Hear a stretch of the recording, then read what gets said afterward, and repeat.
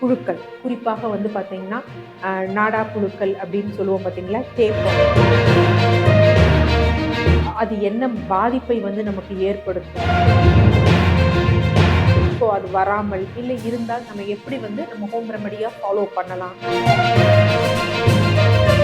எந்த அளவுக்கு remedy follow பண்ணலாம்? எந்த அளவுக்கு ஃபாலோ பண்ணக்கூடாது? அப்படிங்கிறத விளக்கம் தரும் வகையில தான் வந்து இந்த பதிவு வந்து யூசுவலா உங்களுக்கு இருக்கும்.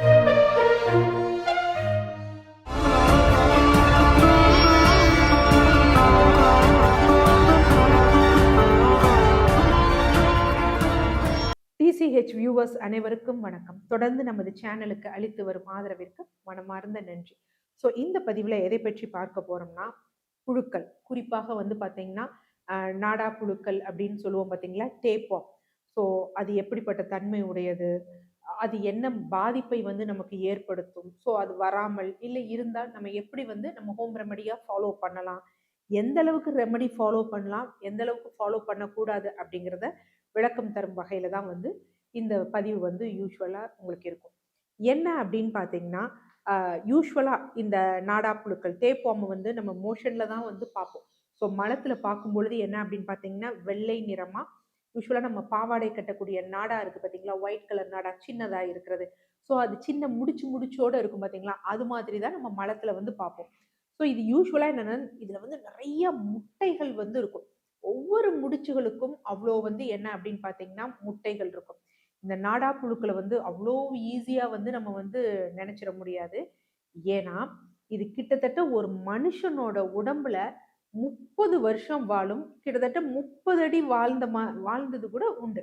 ஸோ அந்த மாதிரியான ஹிஸ்டரி உண்டு. அவ்ளோ மோசமானது இந்த நாடா புழுக்கள். இந்த நாடா புழுக்கள் மோஸ்ட் ப்ராபப்லி எது வழியா வந்து வெளியேறும் அப்டின்னா, மலத்தின் மூலம் தான் வந்து ஒருத்தரிடமிருந்து அடுத்தருக்கு வந்து பரவும். இது யூசுவலா முட்டை மாதிரி வந்து இருக்கும். ஸோ முட்டையை தாண்டி என்ன அப்டின்னு பார்த்தீங்கன்னா, சின்ன புழுக்களா இருக்கும். அப்புறம் தான் என்ன அப்டின்னு பார்த்தீங்கன்னா, முட்டையுடன் கூடிய பெரும் புழுக்களாக வந்து மாறும். இதுல என்ன ஒரு விஷயம் அப்டின்னா, இந்த முட்டை இருக்கு பார்த்தீங்களா? இந்த முட்டை அதுக்கடுத்து லார்வா ஸ்டேஜ்ன்னு சொல்லுவாங்க. சின்ன ஒரு வந்து ஒரு புழு மாதிரி ஒரு விஷயம்.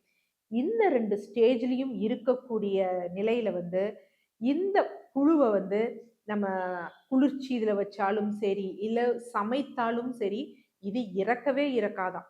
அடுத்து பரவக்கூடிய தன்மை, அதாவது ஒருத்தரிடமிருந்து ஒருத்தருக்கு மாறக்கூடிய தன்மையா தான் இருக்கும். அது புழுக்களான பிறகு தான் சூடு பண்ணா இந்த மாதிரிலாம் வந்து அழிஞ்சு போறது. அப்படி இல்லைன்னா, அப்படியே தான் இருக்கும். இப்ப வந்து இது மோஸ்ட் ப்ராபப்லி எப்படி இருக்கும் அப்படின்னா, இதுல இன்ஃபெக்ட் ஆனவங்க, அ அந்த இத வந்து ஏதோ ஒரு குழாயிலயோ, இல்ல பாத்ரூம்லயோ ஏதோ ஒரு இடத்துல இருந்து அந்த உணவின் மூலம் நமக்கு உள்ள போய் தான் நம்ம குடலுக்கு வந்து போகும். ஸோ குடலுக்குள்ள போன உடனே என்ன பண்ணும், குடலை ஒட்டி தான் என்ன செய்யுமா, அந்த புழுக்கள் வந்து வளரும். ஸோ இது இதுக்கு வந்து வயது வித்தியாசம்லாம் கிடையாது. குழந்தை தான் இருக்கணும், பெரியவங்கலாம் நெறைய பேருக்கு வந்து வயது வித்தியாசம் இல்லாமல் இந்த நாடா புழுக்கள் வந்து வரும். இது ஆரம்ப ஸ்டேஜ்ல அவங்களுக்கு எப்படி இருக்கும்னா, சில பேருக்கு பசி இருக்காது. தொப்புள் பகுதியில வந்து வலி இருக்கும். சிலருக்கு வந்து அடிக்கடி கழிச்சல் போற மாதிரி இருக்கும். ரத்தச்சோகை ஏற்படும். குமட்டல் வந்து ஏற்படும். குறிப்பாக வந்து பார்த்தீங்கன்னா, விட்டமின் B12 டிஃபிஷியன்சி இந்த மாதிரியான பிரச்சனைகள். கன்னம் இந்த இடத்துலலாம் வந்து பார்த்தீங்க அப்படின்னா, வெள்ளை வெள்ளை நிறத்துல வந்து தழும்புகள் மாதிரி வந்து இருக்கும். ஸோ தொழுநோய்கள்ல ஏற்படக்கூடிய தழும்புகள் மாதிரி இன்று வந்து தொழுநோய் வந்து ஒழிக்கப்பட்டுருச்சு. ஆனா அன்றைய காலகட்டத்துல வந்து இது ம் இந்த புழுக்களால வரக்கூடிய பாதிப்பா, இல்ல தொழுநோயா அப்படிங்கிறது பொதுவாக இருப்பவர்களுக்கு வந்து தெரியாது. ஸோ அந்த மாதிரியான ஒரு மோசமான இது ரொம்ப நம்ம தீவிரமா விட்டுட்டோம் அப்படின்னா, நுரையீரல் எல்லா உறுப்புகளையும் வந்து இது பாதிக்கப்படுத்தி நம்மள வந்து ஒரு எண்ட் ஸ்டேஜ்க்கு வந்து கொண்டு போயிரும். ஸோ அவ்ளோ வந்து மோசமான ஒரு விஷயம். இத எந்த நிலையில வந்து நம்ம அழிக்கணும்? ஃபர்ஸ்ட் இது இருக்கான்னு நம்ம தெரிஞ்சுக்கிறதுக்கு மெயினா என்ன அப்படின்னு பார்த்தீங்கன்னா, நம்ம மலத்துல பார்க்கிறது தான் முதன்மை. அதையும் மீறி பார்க்கணும் அப்படின்னா, யூசுவலா என்னன்னா நம்ம ரொட்டீனா நம்ம பண்ணக்கூடிய மோஷன் அனாலிசிஸ் இருக்கு பார்த்தீங்களா? அதுல பார்க்கும்பொழுது நமக்கு வந்து தெரியும். இது இல்லாம சில சமயம் என்னன்னா, ஊடுகதிர் இருக்கு பார்த்தீங்களா? அந்த மாரி எக்ஸாமினேஷன்ஸ்ல கூட நம்ம பார்க்கலாம். இந்த புழுக்கள் இருக்குன்னு. அதனால குழந்தைகள், பெரியவர்கள் யாருக்காவது ஸ்கின்ல வெண்மை நிறமா இருக்கு, வாந்தி இருக்கு, குமட்டல் இருக்கு, இளைச்சிட்டு போறாங்க, பசி இல்ல, வயிற்று வலி, அடிக்கடி கழிச்சல் ஏற்பட்டது அப்படின்னா, அவர்களுக்கு இது இருக்கா அப்படின்னு பார்க்கிறது ரொம்ப முக்கியம். யூசுவலா நம்ம என்ன அப்படின்னு பார்த்தீங்கன்னா, எல்லாருமே பீரியாடிக்கா டிவார்ம் பண்றது ரொம்ப முக்கியம். நமது பாரம்பரிய மருத்துவ முறைகள் என்ன அப்படின்னு பார்த்தீங்கன்னா, 3 மாதங்களுக்கு ஒரு முறை என்ன அப்படின்னு பார்த்தீங்கன்னா, நம்ம கழிச்சல் மருந்துகள் எடுத்துறணும். அது ரொம்ப முக்கியம் அப்படின்னா. அதுல டிவார்ம். ஸோ இது என்ன அப்படின்னு பார்த்தீங்கன்னா, நான் இப்போ ஒரு சின்ன ப்ரிப்பரேஷன் சொல்லப் போறேன். இது நார்மலாவே நம்ம வீட்ல வந்து செஞ்சுக்கலாம். இது எந்த ஸ்டேஜ்ல செஞ்சுக்கலாம்னா, எங்களுக்கு புழுக்கள்லாம் இல்ல. பீரியாடிக்கா நாங்க டிவார்ம் பண்ணணும் அப்படின்னு நினைக்கிறவங்க இத வந்து எடுத்துக்கலாம். அப்படி இல்ல புழுக்கள் இருக்கு, சின்னதா இருக்கு, இப்பதான் நான் முதல்ல பார்த்திருக்கேங்கிறவங்க இதை எடுத்துக்கலாம். இது ஆரம்ப ஸ்டேஜ்ல, அதாவது புழுக்கள் இருக்குன்னு பார்த்த பிறகு என்ன பண்ணணும்னா, வாரம் ஒரு முறை 4 வாரத்துக்கு வந்து எடுக்கணும். நான் டிவார்ம் நார்மலா பண்ணணும் அப்படின்னா, கழிச்சல் இல்லாமல் இந்த மாரி பண்ணோம்னா, இது மாதத்திற்கு ஒரு முறை. ஒரு இத ஃபிக்ஸடா வச்சுக்கணும். ஃபிக்ஸடா வச்சுட்டு அந்த நாட்கள்லயே வந்து பண்ணணும். ஸோ இதற்கு தேவையானது என்ன அப்படின்னு பார்த்தீங்கன்னா, வேப்பிலை. ஸோ வேப்பிலை வந்து எப்படி எடுக்கணும் அப்படின்னா, கொழுந்தா வந்து எடுத்துக்கணும். ஒரு கைப்பிடி வந்து எடுத்துக்கணும். அடுத்து நொச்சி இருக்கு பார்த்தீங்களா? அந்த நொச்சி எந்த நொச்சி ஆனாலும் பரவால்ல. கருநொச்சி எது ஆனாலும் பரவால்ல. அது வந்து ஒரு கைப்பிடி வந்து எடுத்துக்கணும். நொச்சியும் கொழுந்தா வந்து எடுத்துக்கணும். கறிவேப்பிலையும் இளம் இலைகள் வந்து என்ன பண்ணணும் அப்படின்னா, ஒரு கைப்பிடி வந்து எடுத்துக்கணும். எதற்காக கறிவேப்பிலை வந்து சொல்றோம் அப்படின்னு பார்த்தீங்கன்னா, சிலருக்கு இந்த மாரி இருக்கும் பொழுது ரத்தச்சோகை வந்து ஏற்படும். அனிமிக்கா ஆவாங்க. ஏன்னா விட்டமின் B12 டிஃபிஷியன்சி இருக்கிறனால. ஸோ அதனால இந்த கறிவேப்பிலை வந்து அவங்களுக்கு வந்து ரொம்ப நல்லது. அயர்ன் கன்டென்ட் வந்து இருக்கு.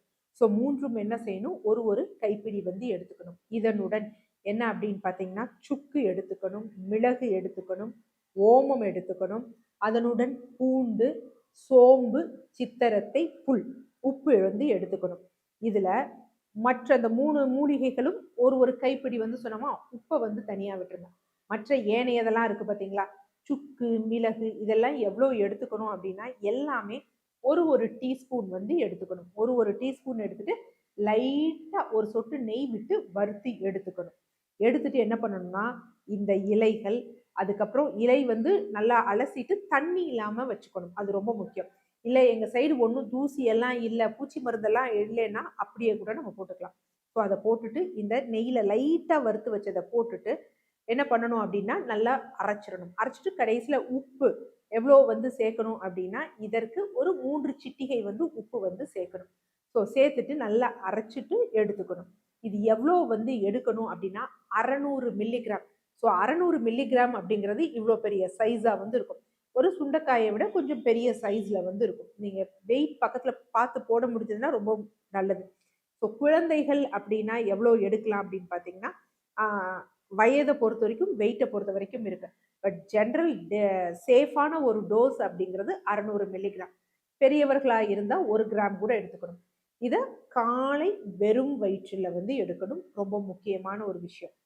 ஆ புழுக்கள நம்ம கண்ல பார்த்தோம், இப்பதான் பார்த்துருக்கோம் அப்படின்னா, வாரத்திற்கு ஒரு முறை 4 வாரங்கள் வந்து எடுக்கணும்.